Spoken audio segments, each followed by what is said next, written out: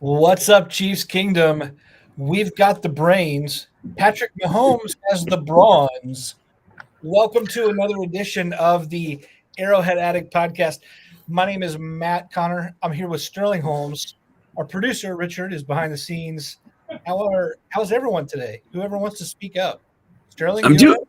I'm doing good, man. I'm thriving. I'm surviving. I have 6 hours of talking radio or podcast a day. So we're doing good. A lot of Dude, honey at the end of the night. Just gonna crush some honey and some hot tea. Gonna be beautiful. do you mean honey is in like the squeezable bee product, or do you mean Yes. like the dance film? Or is that even like a euphemism for something else we shouldn't be talking about on the air? Mm, all three? I don't know. I'll let you think about that one. What about Mariah Carey's honey? That's a good honey. Oh, I could do some of that. It's Christmas season too. Mariah Carey's now finally. I mean, not finally, but she becomes real relevant at this point. Oh, yeah. Man, she is relevant. She is relevant. Speaking of Nick Cannon, I don't know why I just thought of Nick Cannon. Yeah, I've got nothing to say about Nick Cannon. That said, that segues nicely into KC Beer is one of the greatest sponsors we could possibly have. Sterling, why don't you take it from here? Well, I don't know what's going on with Matt Conner right now. Casey Beer Co., I do know what's going on with. It is the best beer you are going to have. KC Beer Company brews with only 4 ingredients, and they brew their beer according to the Bavarian beer purity law of 1516. Malt, hops, water, yeast. It is absolutely delicious. Any kind of beer you want, you're going to like it. And not It's just true. like it, you're going to love it. I tell you, when we say we enjoy their beer, it's not just because they sponsor us. Part of that's true, but it's because it's so good. All the folks that have tried it have always posted and said, you know what, you were right. This beer is incredible. So Casey Beer Co., dare to beer different. Love it. Love it so much. We have a lot to talk about today. We've got breakdown from a win that was big, but not like all that inspiring in a weird way. We've got a big showdown coming up. The Chiefs have made multiple additions this week to both the roster and the personal roster of Mahomes. I want to talk about a few wrinkles in between. So, Sterling, there's a lot to go on here, but let's start with some of the additions, if you will. And I just want to, first of all, congratulations to the Mahomes family. Like when you see that, I don't know. It's kind of heartening just to see, we're watching Patrick grow year after year, and now we're watching him grow into a family man. I mean, it just feels like a whole. Is there a familial thing going on for you here? What do you think of that? It's exciting. I try not to delve too much into the personal life of Right. athletes. I just think it's one of those things where it should be separate. Understand they're humans. Understand that a lot of them are family members and their parents, their brothers, sisters, dads, all that stuff. I understand, but at some point, I like to have some sort of privacy. So I understand when Mahomes and Brittany Mahomes, they don't take pictures of the baby's face. I completely get that. The one thing I thought was hilarious, the bronze, necklace. I'm sitting here going, that baby is already richer than me. That bronze little necklace is worth more than my entire life. I'm like, congratulations, baby. You have no idea what you've gotten into. Oh man, that baby is more popular than we'll ever be. Too. It'll be interesting to watch. It was so funny. There were so many hilarious takes on Twitter about like I saw Saints fans going, and with the whatever pick in the 2040 draft, and then I saw like Broncos fans do the same, and then I saw 3 teams instantly respond with, "There's our future quarterback." Then of course Chiefs Kingdom was saying the same thing, making the same overtures or whatever. How much love there is for the Mahomes family just shows how much love there is for Patrick and what he's done on the field and what he's meant to this team, and the way they've ingratiated themselves in the community as like part owners of different teams or just civic engagement with 15 and the Mahomies, whatever. Yeah, I just think it's great. I just think it's Yeah. great. Let's get into some of the player additions. I want to Yeah. talk Yeah. mostly, obviously, Bryan Edwards. Let's get to him in a second, but let's start with Melvin Gordon. Melvin Gordon was joked about, I would say, when he was released from the Denver Broncos. You would see some stuff on Twitter, and it was pretty much all jokes like, we don't want Melvin Gordon. We don't want Butterfingers. Well, he's now a Kansas City Chief, signed to the practice squad. Some of my initial takeaways are what he did in Denver. He was still relatively efficient. The fumbles in the red zone were a major issue, though. While he did at one point go to the coaching staff and basically demand more playing time, he's not going to do that in Kansas City. One, Hackett and Russell Wilson are not Andy Reid and Mahomes. Also, Melvin Gordon is knowing what he's signing up for. He signed to the practice squad. He didn't sign. I'm sure there was some sort of well thought out process when he signed, what was laid out for him. If an injury occurs, you'll be the next in line. But I don't see Melvin Gordon all of a sudden coming here and being like, oh, I'm not getting 15, 20 touches a game, I'm going to pout. That's not going to happen here. No, I found this very interesting. One, I wrote a whole essay about why the Chiefs should not go after Melvin Gordon right after he was released. So, clearly someone, or probably everyone in the Chiefs front office, think differently than I do about Melvin Gordon. That's fine. I mean, I'm happy to be wrong about Melvin Gordon if he becomes a productive member of this roster. That said, anyone who signs with the practice squad is a long shot of a long shot. We're talking Corey Coleman's of the world at wide receiver. We're talking Jordan Franks as a tight end. I mean, we're like, most of us forget 95% of the players who were ever on the practice squad for the Chiefs. And so that should that should tell us something about any excitement we want to have for Bryan Edwards. And that should also tell us something about Melvin Gordon. So look, let's we know this. Melvin Gordon has serious fumble issues.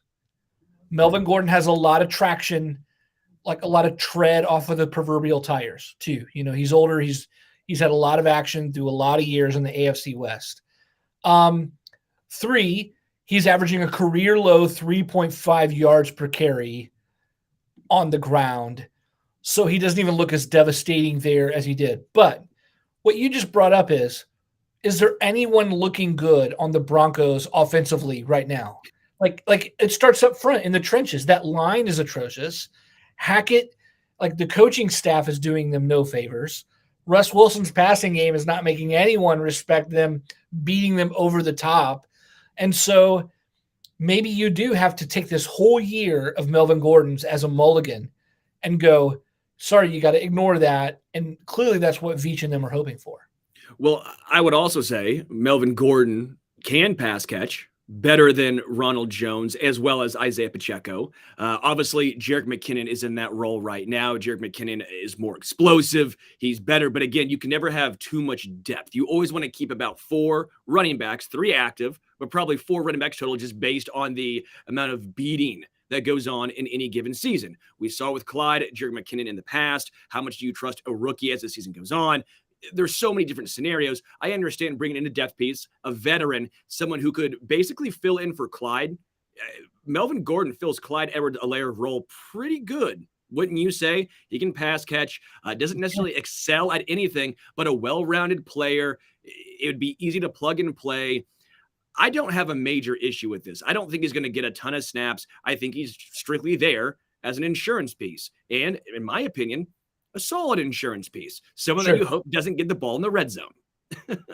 Yeah. I mean, look, if you take it on the surface for what it is, an upgrade from Wayne Gallman, I'll take it. I'll totally take it. And that sounds good. Do you think, let me ask you this. Let's say Clyde gets healthy. Ron Jones is still there. McKinnon, Pacheco, and then Gordon sitting there on the practice squad. If you had to give some odds, or let's say a percent chance, what is the percent chance that we actually see Melvin Gordon getting touches and on the active roster in a regular season game this year? Oh, 65, 70%. I do think we see Melvin Gordon Oh, at you some do? point this year. Okay. I'm not going to say a lot. I don't think he's getting, a ton of carries. I don't think he leapfrogs anyone necessarily, but maybe in a certain matchup, he takes Ronald Jones' place. Maybe in a certain matchup, they rest Jerick McKinnon, hopefully getting him 100% for the playoffs, and they can unleash Jerick McKinnon. Clyde Edwards-Helaire, this probably tells me his injury is fairly serious. Maybe they don't expect him back for a while. Not only that, Clyde wasn't necessarily impressing a whole bunch. This could be the end of the Clyde Edwards-Helaire era in Kansas City. I'm not saying it's for sure done, but at least for this year. Again, I'm not expecting a lot from Melvin Gordon, but I do expect him to probably get a carry, be activated for a game or two, not this week, but maybe in the second Broncos matchup, right? Let him have some of that revenge game. Sure. I'll add this about Melvin Gordon, and if you think of the last 2 or 3 postseason runs, there has been a pass catching running back catch fire and take over in a way that surprised everyone. I'm talking Damian Williams. I'm talking Jerick McKinnon.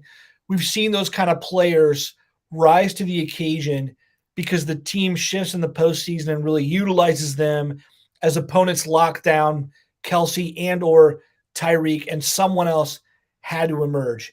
Gordon gives you insurance in case McKinnon can't do it again, in case he gets tired, in case there's even a minor injury to have to work through. That sort of role out of the backfield is huge. And of course, no one's more aware of his fumbling issues than Melvin himself. So, there's something to be said for, hey, he's got a golden opportunity here if he doesn't want to blow it. There he goes. Let me ask you this. First of all, appreciate Anthony Arvin out there throwing us a super chat. Anthony, hope you're doing well, by the way. Can the Broncos shift the money that they spent on Let's Ride? I just love it. That will never stop. To a different department if he were to retire because his ride caught a flat or wind shear. Yeah, I'll give it to you, Sterling. I just love that Verderam went on that long rant, and it's so true. Yeah. They are so screwed. I mean, the Broncos have not beaten Kansas City since 2015, and it's legitimately possible with Russell Wilson's contract and the structure of that team, the draft picks given up, the contract that was handed out to Russell Wilson. They might not win in a full decade. It legitimately might be over a decade before the Denver Broncos would have beaten Kansas City. That's not asinine. That's not a hot take. That's how bad the situation is in Denver. It was lost when after the loss that they had, it may have been at the Colts. I forget who it was. And Russell Wilson was going off, and he patted the podium and goes, "Let's ride." It was over then, man. It was over. You lose the entire locker room. You saw Purcell just this past week getting up in his grill, and Crazy. Russell Wilson doesn't give him the time of day. Doesn't look over Purcell. Doesn't acknowledge. It's like, dude, show some stones. Like, This defensive line is getting in your grill. Get back. Show some heat. Show that you care, that you want to be there. I have some very fun stats I can do at the end of the show that compare Russell Wilson to another quarterback, one that's been benched. And I think it could be very funny to do, but we'll wait till the end to do that. But there's my Russell Wilson early take right there. Thank you, Anthony. I appreciate the super chat. Matt Conner, let's get back to it. Yep. Another edition. Bryan Edwards, what do you make of this? Yeah, so look, Bryan Edwards, just for the sake of review, right after the Chiefs signed Melvin Gordon to the practice squad, then a couple hours later, news slips through, the Chiefs signed Bryan Edwards. Now, he'll be familiar to some of you out there, or maybe more, because he was a former Raiders wide receiver, former third-round pick, I think in 2020, played sparingly his first year, but in his second year, he had just under 600 yards.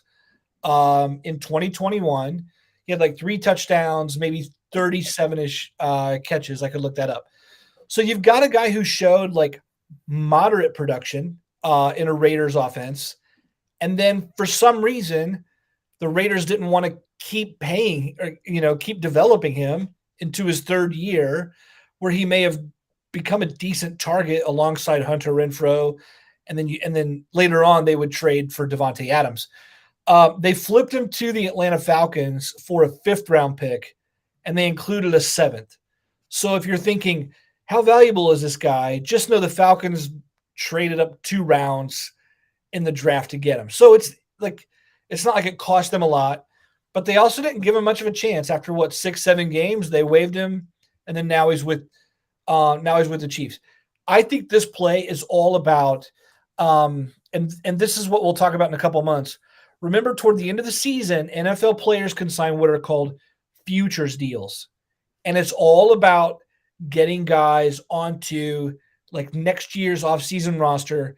They're guys who you find interesting and you need a long offseason look at them. They're guys who you want to put with your conditioning staff and give them your training plan to see if they can get healthy. So a lot of times it's flyers on guys who just have never worked out for whatever reason in a certain coaching scheme, or because they've been injured and haven't ever gotten healthy, and you're the team taking a chance on them. I think the Chiefs added Edwards to the roster now to have a leg up on then offering him a futures deal. I think it's all about the 2023 play. I think it has really nothing to do with this year. What did you think of that signing? Yeah, that's a very astute observation. I think that's probably the most realistic one as well. It's a depth piece. Again, you can't have too much depth. Maybe this screams they don't have a ton of faith in Cornell Powell. Maybe this screams they don't know how much faith they have in some other wide receivers on practice squad. Juju's going to be back fully healthy, I would assume, with no snap count limitations this upcoming week. MVS has made a few nice catches. He's still obviously involved.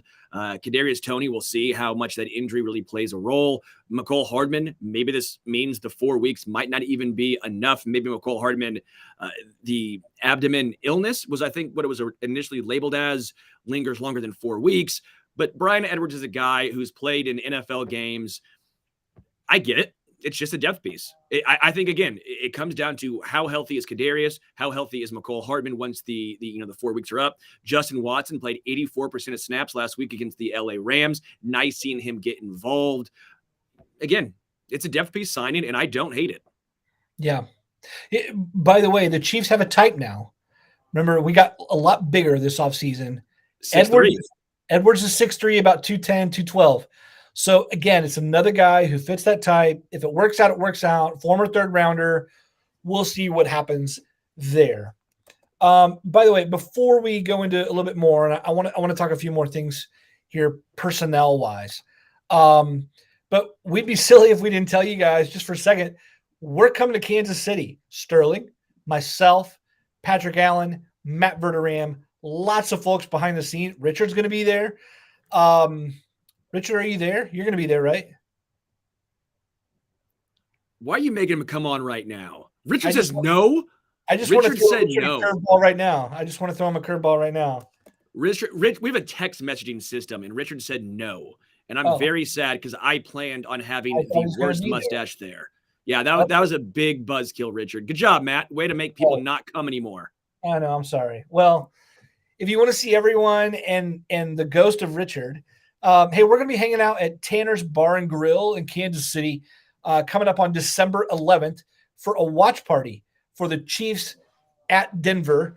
Hopefully we'll get to see them clinch the AFC West for the 7th consecutive year. I just can't get over how dominant the Chiefs have been over their rivals. So, yeah, we're going to be hanging out. Look, our buddies at KC Beer are going to be there. There's going to be all kinds of free stuff. There's going to be prizes. They have great food at Tanner's already as it is. We're going to be doing a pregame and a postgame show live on scene. There'll be raffle for all kinds of good stuff. Look, if you want good drinks, good times, good hangouts with us, we would love to meet as many of you as we can in person. It's always so great anytime we meet someone random who says, hey, I listen or I read, and I don't know, just put a face with a name in some of the commenters. So I hope to see you guys there. I hope everyone else does too. For all the details, check out arrowheadaddict.com/events. That's arrowheadaddict.com/events. Back to the Chiefs, Sterling. I just want to ask you this. Patrick Mahomes looked like the runaway for MVP, but I just want to talk a little bit about Jalen Hurts is having a hell of a season. for a Philadelphia Eagles team that looks really good. It's hard not to appreciate what he is and what he's doing. How real is that race to you? Is that more than a two-man race? There's still a lot of football left to play. I'm curious about how MVP is coming along to you and kind of where the horses are at.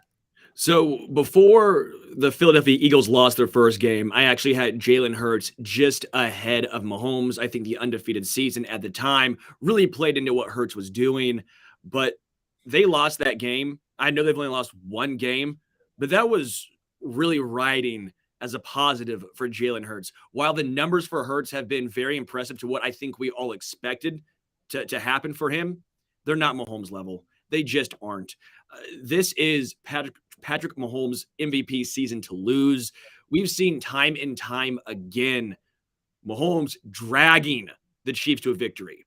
We have not seen that a ton from Jalen Hurts. As good as Jalen Hurts has been, frankly, they haven't really needed to, but it does feel like a knock against him. I mean, how many times have we seen Mahomes do that? Come back, a game-winning drive, doing something spectacular. Jalen Hurts had a chance. Sure, part of it's on his team. The fumble that his receiver coughed up on the 15-yard line against Washington. But he had another chance, and it didn't get done. Yeah. That, to me, was one of the deal breakers right there. You have to be a guy who the team looks at and leans on to take you over the top. So for me, it's Mahomes, clear gap, then Jalen Hurts. Josh Allen's play over the past few weeks has been very lackluster, to put it mildly. I think Tua Tagovailoa, the fact he's not lost a game he started is very impressive, but that also is a double-edged sword. He missed a few games. So some of the counting stats will not be there. Maybe he's third at this point, but right now it's clearly Mahomes in my eyes. Yeah, I want to go to some of the comments here. Jerome Bunker says it would be a crime when we look back and Patrick only has a couple of MVPs. You know, I brought that up. I think that's a good point by Jerome. And I mean, there's nothing shameful about winning two MVPs. Like that's a great career. I mean, it's hardware that lasts forever. But I remember thinking in some of these years where Mahomes has come up like number 2 or number 3 over the last couple of years, like let's say Lamar Jackson wins or something. And then I just think, man, it just sucks that Mahomes isn't like, because you want him to be remembered as like a potential GOAT. I mean, like really it's like Brady, Mahomes, like you want him on that level. The Super Bowls have to be a part of it, but also the individual hardware. And if there's like, no one remembers like, oh, well, it was almost Mahomes that year kind of thing. So yeah, it makes me want to see him get it in this kind of a year where there's no other clear favorite. Yeah, 100%. And I do think something that actually plays into his favor for once, Tyreek Hill's gone. He's gone. Right. All offseason the chatter was, is Mahomes or the Chiefs offense, what's going to happen? Yeah, they're fine. They're 9-2. First place in the AFC West. First place in the AFC. It's just incredible. That has to play into Mahomes' favor. I know some of the national media, you have that Mahomes fatigue because you're always talking about him. It happens, with Michael Jordan. It happens with LeBron James. It happens with basically any sport. Tom Brady, even to an extent, right? You find ways to discredit greatness. But at this point, you can't discredit Patrick Mahomes. What he's done is prove all of the doubters wrong. Yeah. Mike Tavener Media says, if Mahomes goes for 404 TDs this weekend, which would be incredible, by the way, the MVP is on lockdown. Yes, this early. Yeah, I mean, I agree. I mean, to me, the Bengals, and we'll talk about this in a second, to me, this weekend's game is the toughest game remaining on the slate. It means a lot in the AFC. It means a lot for momentum right when it counts. It means a lot for getting rid of some of the, well, we can talk about all that game means in a second. But I will say, yeah, you're totally right. If Mahomes comes up with a big performance on the road at Cincinnati, that's a big, big deal, a very big deal in my book. Yeah.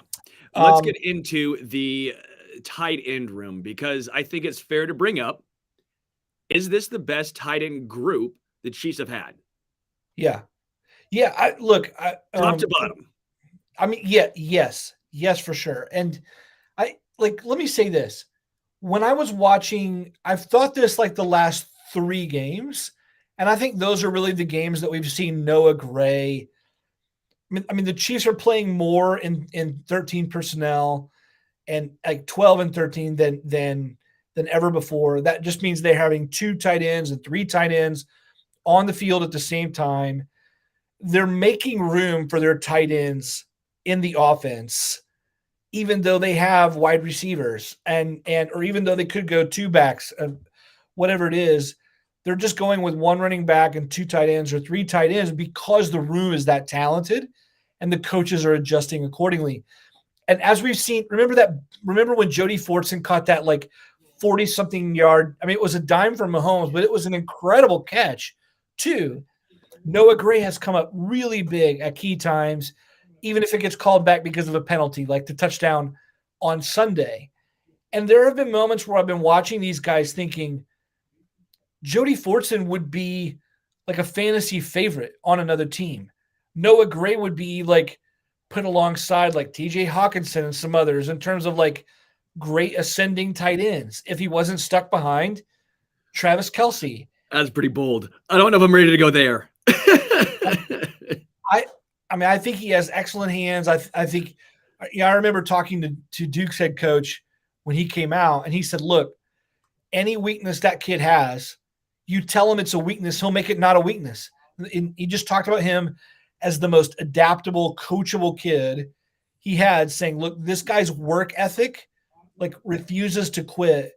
And so all he needs is time with the Chiefs to be coached up, and his stock would elevate just that much more. So I just think we've seen that. These guys are better blockers than they were. The pass catching is great. They're well-rounded. And Andy Reid's making room for them on a very regular basis. So I say all that to say, when I'm watching these guys, I'm just thinking, here's 3 legit NFL starters, and they're all like 2 of them are stuck behind the greatest of all time. Like it's just really an incredible room, and the job done by John Dorsey and Brett Veach and the overall staff members that they've had in that front office have put together something very special at that position. Yeah, and you've seen the glimpses when given opportunity. That Jody Fortson catch, I think, just screams the talent is there. You're just behind Travis Kelce. Noah Gray, I'm not ready to say TJ Hawkinson or one of the best ascending young tight ends in the NFL, but what I will say is your point and the Duke's head coach point, the growth has been noticeable, especially in aspects where he was known to not have a strength there. Blocking. That was one of the biggest knocks and why the Chiefs kept and re-signed Blake Bell. We were nervous about the loss of Blake Bell. Yeah. But at multiple times this season, I'm not saying Noah Gray's as good of a blocker as Blake Bell is. That's not what I'm saying. But what I am saying is it's been better than expected. He's grown there. It's no longer we don't trust, Noah Gray here because we think he's going to get cooked.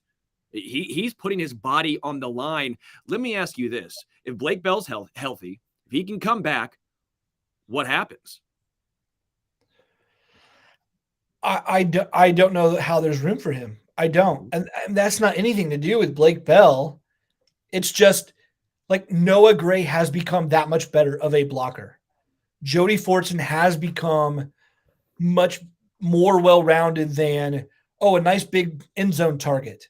I mean, like, he's a guy who can burn. I mean, he just went downfield 40, like, these guys are great all-around players, or they're turning into great all-around players. And I just don't know why the Chiefs would mess with that. This is really something. I don't know. Do you not think they'd be stars on other teams, or at least like what do you think their ceiling would be on another team? I don't think stars, but I do think useful players. I think starters. I think, again, if they were legitimate superstar tight end prospects, if it is TJ Hawkinson or whoever want to use, they'd find ways to get him on the field more often. That's my personal opinion, especially with some of the injuries at wide receiver. I think they're very good tight ends, or very, very good for what they can provide, but I don't know if they're necessarily every down, look at them for 10 receptions and 100 yards type of game wide receivers. That's my personal opinion. They're good, but I don't think they're necessarily elite or the potential is there to be the next Travis Kelce. But that's not Hawkinson either, right? Sure, I mean, sure, correct. Yes. I guess I'm saying I think Gray or Forson on another team has 500 to 600 reception, 500 to 600 receiving yards in a given year as a solid part of the offense. And to me, I mean, that's where I think a lot of those guys are hovering around. Maybe Hayden Hurst. Hayden Hurst, I think I could probably get behind. I like Hayden Hurst a lot. That's not a dig at all. Hayden Hurst has 46 receptions this year, 388 yards, 2 touchdowns. Hayden Hurst has been really solid for Cincinnati this season. Yeah, so he'll finish right around there, right? Yeah. So I think Gray could be that kind of guy. I think Fortson could be that kind of guy, and we're just lucky the Chiefs have him. Is basically what we're saying. And then of course there's Travis Kelce, who's on pace for 19 touchdowns. 19 touchdowns. Crazy. Well, he has 12 touchdowns. Russell Wilson has thrown 8. 1.5 times the amount of touchdowns as a quarterback. That's crazy. You lose Tyreek Hill. Every opposing team, which by the way has been a difficult schedule, every opposing team knows you are the guy. Everything is going through you. Mahomes has the chemistry with you, Kelce, and Kelce is doing it better than ever this year. The fact that he's having a career year by many metrics is astounding to me in a career that's already astounding for its durability and productivity. It's amazing. I don't want to get into this much because I've done it before with Adam Best. It's not enjoyable in my eyes, always going, who's best. That's not what I'm trying to do here, but I want to put some perspective into this. Rob Gronkowski is the same age as Travis Kelce. Rob Gronkowski is retired. Travis Kelce is having his best season. That's wild. Take that as you will. That's a wild stat. It's incredible. The longevity of Travis Kelce is phenomenal. It's not quite Tony G longevity, but it's starting to trend that way. I see all these other fan bases in the chat right now. We've seen Raiders fans. Congratulations on your 4-7 season. We're seeing Cincinnati fans. You know what? Congratulations. You're having a nice bounce back year after your Super Bowl appearance. I'll give you credit. I have to eat Skyline chili next week before that game, so I can't talk too much smack to the Cincy fan. Bills fan, you know what happened? Y'all have fallen off hard. Maybe listen when we say Josh Allen, give him some help.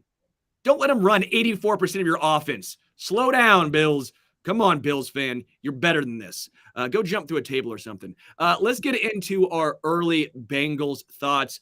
This has been the one team that has truthfully, at least last year, had the Chiefs number. There's no denying it. The Cincinnati Bengals, they beat Kansas City twice. Give them credit, okay? Give them credit. What I will say is this is a completely different Chiefs secondary.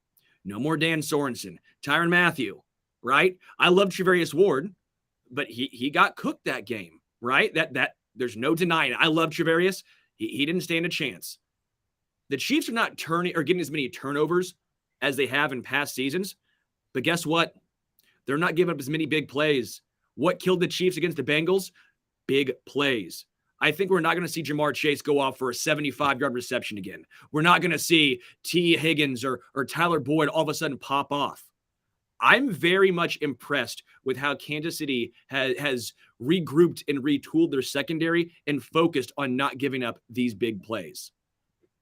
Yeah, I mean, look, let's talk the Bengals. Let's look at last season real fast. Last year, the Bengals were down at the end, going into halftime in both games. The Chiefs were up by a combined like 29 points. It was like 49-20 total. And then somehow the Chiefs lose both those games because they came out and just played horrible in the second half. The Chiefs mustered 3 points. 3 points in both second halves. Both second halves. Normally, you trust the Chiefs coaches at halftime to be the ones to make the slight adjustments, to come in, communicate about what players are seeing, and then make the requisite adjustments and then come out and then like, oh, here they go. Now, we saw Spags was allowing this to happen in the first half, but now this. The Bengals were the ones who flipped the tables on the Chiefs last year in that same way. That could either be scary, or you look and you say, what burned the Chiefs last year? A slow defense all over the place. On all three levels, the team was slower, the team was older, and those same guys are now they've been replaced by younger guys with better stamina. If Sorensen was frustrating during the regular season, he was 3 times as much by the time the postseason had drug around, and it was in the middle of winter, and he's still playing those kind of reps, right? So, yeah, I just think this whole defensive turnaround this year was about, since he's not doing that ever again to us. And credit to Cincy, like the Chiefs have to prove that can change on the field, because the Bengals outright owned him last year. It was true in that way. That said, I don't think the Bengals have it in them to do it this Sunday. What do you make of this matchup with last year's history shading over it all? Well, I just think it's funny. Jamar Chase, all of a sudden, couldn't suit up last week. Suiting up this week. Joe Mixon, this week. Both teams were looking forward to this matchup. The Bengals were, by resting those guys, and the Chiefs were. They sleepwalked against the Rams, and they could. Frankly, that helped Kansas City. They did not have to play their A game. They kept it very bland. They stalled in the red zone, but I'll give the Rams credit because their defense is still legitimately good, and that's where they excel. But the Chiefs kept it bland. They wanted to get out without injury so they could be healthy and be ready to face the Bengals. I am stoked for this game. Patrick Mahomes and the rest of this team, they've talked about this game multiple times now. How often do you hear, Andy Reid probably won't say anything, but how often do you hear the other players talk about a specific opponent? Normally it's like, it's just another week. We don't know who we play next week. I know we're playing this week. Don't know about next week. No, they're all like, yeah, it's the Bengals. We're playing Cincy. They know this. And I think it's going to be fun to watch because Mahomes, when he has this pissed off attitude, when he has the little petty Patrick going on, you're in for a show. Do you think we're in for a showdown, right? Like, because both times, like in both meetings last year, it was a 3-point game, both times, right? The Bengals are one of the few teams that have the horses to keep up with Kansas City. And I don't know about you, but I can't think of another team that has Boyd is great. T. Higgins would be wide receiver 1 on half of the teams in the NFL. And then add Chase to that. I mean, it's a group to be jealous of, for sure. For sure. Do you think we're going to see the sort of 5 to 10 lead changes, like just a kind of a hold your breath kind of game? Yeah, I do think it's going to be very, very close. I'm interested to see how it shakes out. I think the Chiefs defense is legitimately good. Again, I think we're not going to see as many big plays given up, so maybe we see some longer extended drives. So we might see a slightly lower scoring game than we're expecting, or at least than the majority of folks are expecting. The Bengals offensive line, while improved, still not great. Chris Jones should have a field day. We said that last 2 times they played, Chris Jones did not have a field day. But Chris Jones this season looks different. The consistency, to me, is what's really standing out for Chris, because over the past few seasons, we've always talked about how good Chris Jones is in spurts or in certain games and certain stretches, but we've seen it the entire season. He's found a way to make an impact in every single game. So I think that continues. Frank Clark, believe it or not, has had a very fine season when healthy, while the sack numbers are not going to wow you by any stretch of the imagination. He's making an impact in the game, as well as George Karlaftis finally getting his first complete full sack last week. Carlos Dunlap's been a nice addition. I think he's been better overall than Melvin Ingram was last year for Kansas City. Colin Saunders has kind of cooled down. The hype around him, not as hot as it was a few weeks ago, but the defensive line has really stepped up. Nick Bolton and Willie Gay Jr. being healthy, having another season together under their belt, that should slow down, you would imagine, Joe Mixon. And then the secondary, I mentioned it. This is a completely retooled secondary. They're younger, they're faster, they're willing tacklers. Jamar Chase, Tyler Boyd, T. Higgins, they'll get theirs. Don't get me wrong. They will get theirs. But if you don't give the big play, they're going to make it a dogfight. It's going to be physical. I'm fully expecting that. And that comes down to, can the Chiefs score enough? And I think they can. I think it's going to be a close game, but it might be lower scoring than most folks think. You think both defenses come up a little bit bigger than teams think? Yeah, I do. Or people think. Mm-hmm. Interesting. Yeah, I don't know what to expect. I think this is the hurdle. I think if you get past the Bengals, nothing else is even really all that remotely worrisome whatsoever on the rest of the schedule. I mean, if you're quaking in your boots about the Seattle Seahawks, you have a lot of other problems that we should be talking about, and we're not. So, yeah, I mean, to me, like, this is kind of it. And I think the Chiefs know, look, we own our own destiny, and here's the biggest hurdle. And I think you have, like, a well-coached, experienced team led by the best quarterback in the game is going to know that and rise up to meet that very challenge. Is there a certain matchup you're most looking forward to in this game? Because for me, it's going to be Joshua Williams. Whoever he's going up against, he's probably the biggest bodied corner on this team right now. Yes. Is he going to be on Jamar Chase? Is he going to be on, T. Higgins? Who is he going up against? Because Trent McDuffie, as great as he is so far, small sample size, but as good as he's looked as a rookie so far, the knock against him was his size. He does use a fantastic job of using the sideline, his smarts to really impact the game. But him going up against Jamar Chase, those 50-50 balls, like we saw last year, Jamar's probably coming down with them. Do you think we see Joshua Williams, the bigger bodied corner, on Jamar? I think you could at times. I think what's important to note about McDuffie, though, is that last year when the Bengals played the Chiefs twice, there wasn't a single corner with the instincts, with the fluid hips, there wasn't a single corner who rides the hips of the opposing receiver like McDuffie can and can mirror him all the way down the field. And so I think a lot of those ways in which they're excellent receivers, McDuffie has that elite ceiling, like their receivers have that sort of ceiling. So I think a lot of what Charvarius Ward became, I think you can say this. I think you can say that Charvarius Ward became very good within the Chiefs system. And then he went to he's looking pretty good in San Fran, man. And he went to a team that plays the same way that allows him to still stay very good. I don't know that Charvarius Ward would be a very good corner on every NFL team. I think Trent McDuffie would be a great ceiling corner on 32 NFL teams. And I think that makes the kind of difference here if he has that kind of a ceiling, that kind of a ceiling going against the Bengals. He can respond to certain plays in which Ward could not, that were game-changing sorts of plays is what I'm saying. And then you add to that the depth and the youth and the way this unit has played overall. Justin Reed is playing his best football right now. Brian Cook looked good coming in for Juan Thornhill. Joshua Williams, we've just talked about him. I think a lot of guys are playing very good football right now. Karlaftis had his best game, I thought, last week. So, we're just seeing good plays up and down the line. To me, it's Chris Jones. It's all about Chris Jones versus the interior.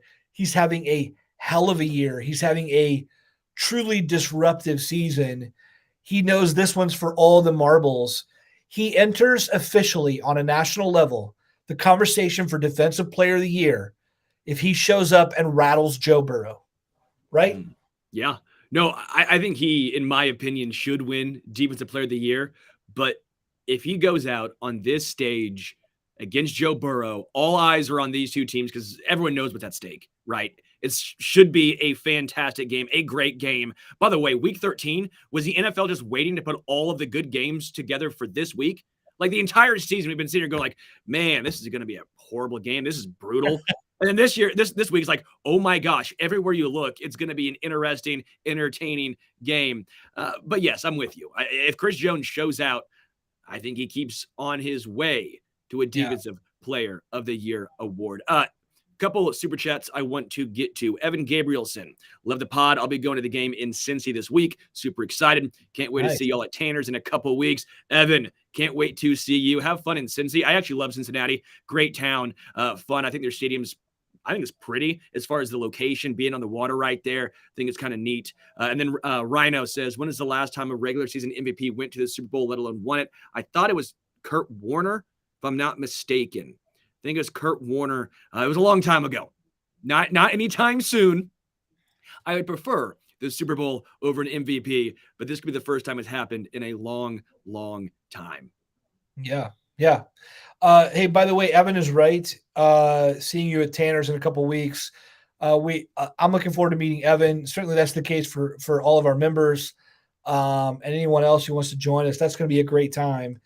Let me get your final prediction since we won't talk again before Sunday. What's your official prediction for Chiefs Bengals? Let's go with a 27-24 victory for Kansas City. I feel like the over-under, I've not looked at the spread, so maybe I'm still on the over, but I feel like a lot of folks are going to have this as a 54, 53, 52.5 point game. I think 27-24. We're seeing Butker start to get his groove back. I had a chance to talk to Nick Lowry. Actually, today I'll be playing it on Sports Radio 810 later tonight. If any of y'all listening want to listen to Nick Lowry and myself, he thinks, Harrison Butker's not 100% back, but he's getting close. Some of the little nuances that kickers notice, but starting to get that groove. I think Butker could be the game-winning factor in this one. Boy, that would be great to see. And that would feel so good for Butker, who's had a tough year early on, to have that sort of like, oh yeah, I'm back. And I've even like had a big moment for my team. I love that idea. Yeah, I'm with you. I think the Chiefs win. I think the Chiefs win by a full touchdown. So I'm going to go 36-29 Chiefs, and leave it at that. Can I play a game with you really quickly since we were talking about Russell Wilson earlier on? Let's do it. Let's play a game. Okay. This is a fun game. If you didn't want to chime in the chat, feel free. This is going to be fun for you guys as well. I'm going to give you player A and player B. You figure out who's player A and who is player B. All right? You ready? Let's do it. Okay. Player A. Completion percentage, 55.6%. Touchdown percentage, 2.1. Interceptions, 5.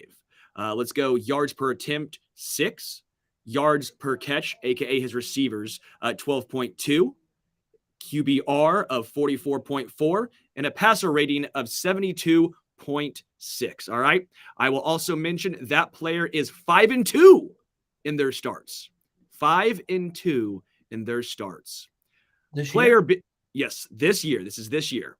Player B, 58.9% completion percentage, touchdown percentage of 2.4, so just slightly higher.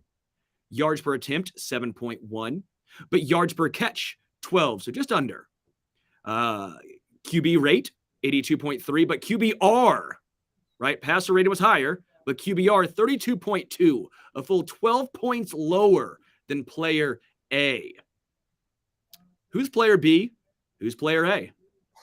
Zach Wilson. Is which one? Got to be the first one, right? Correct. Ding, ding, ding. Zach Wilson's player A. Yeah.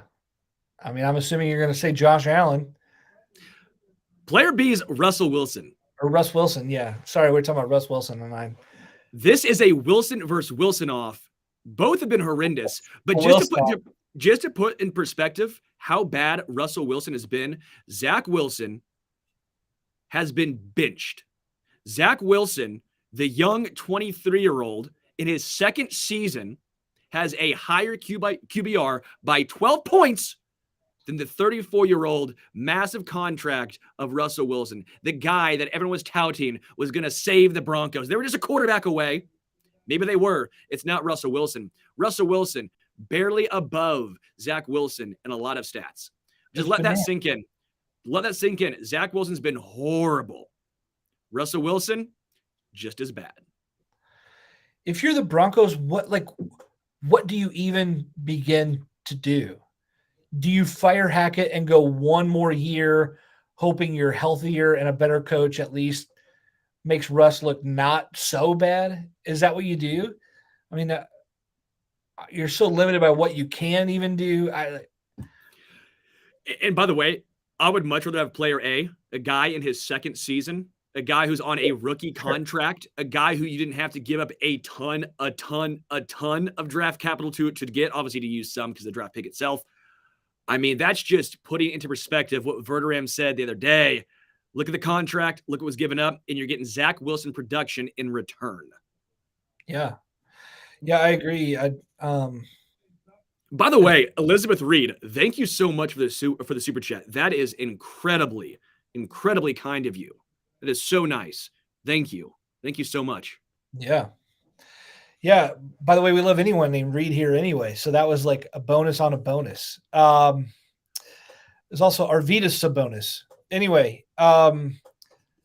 that's a good NBA joke, right? Well, one of the few guys who ever had a chance against Shaq. Come on now. I love Arvydas Sabonis. That guy was a legend for Portland. He came from overseas to the United States too late. He was like 34 with no knees, and he was still the only guy who could give Shaq trouble.